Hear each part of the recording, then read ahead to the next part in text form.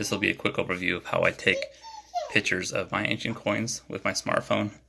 I use the Galaxy Note 8. It has a 12 megapixel rear shooter with a pretty decent sensor in it. And as you can hear, I've got my assistant here with me. I'm Petra. Yeah. Okay. As far as what I use, I've got a cardboard pedestal I use to suspend the coin off of the surface, 2 pen lights, an adjustable swing arm lamp with a daylight halogen bulb in it, as compared to the soft white or yellow traditional bulbs you get. This way we get a natural daylight look as compared to the yellowish hue that you would get from anything else. I would turn off every other light source you have in the room. Otherwise, it's going to shine off the surface in some way. The reason for the pen lights is to cast a decent edge on the edge of the coin.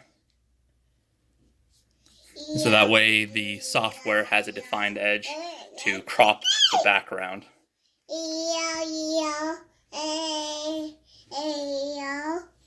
Are you singing E-I-E-I-O? Anyway, today's guinea pig is going to be my Alexandrine Empire, either die shekel, stater, or tetradrachm, depending on who you ask.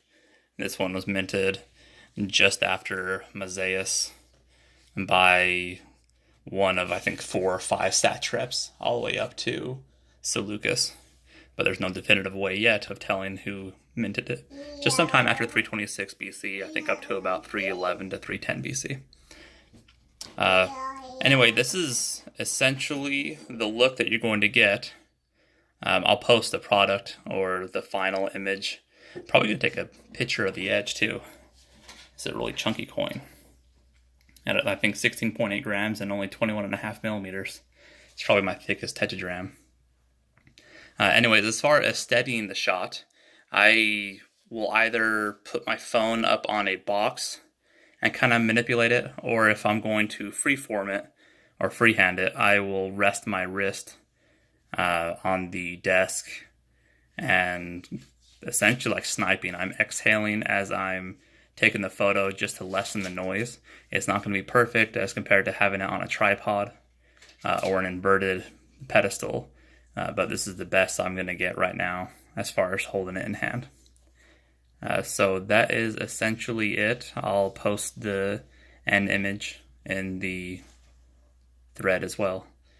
Just keep in mind that with something like my adjustable lamp, I can adjust my light source depending on where I want the shadow on the devices, or attempting to get the toning to shine a little bit better. But that's up to you, and with this single light source, you can actually get a decent photo at the end.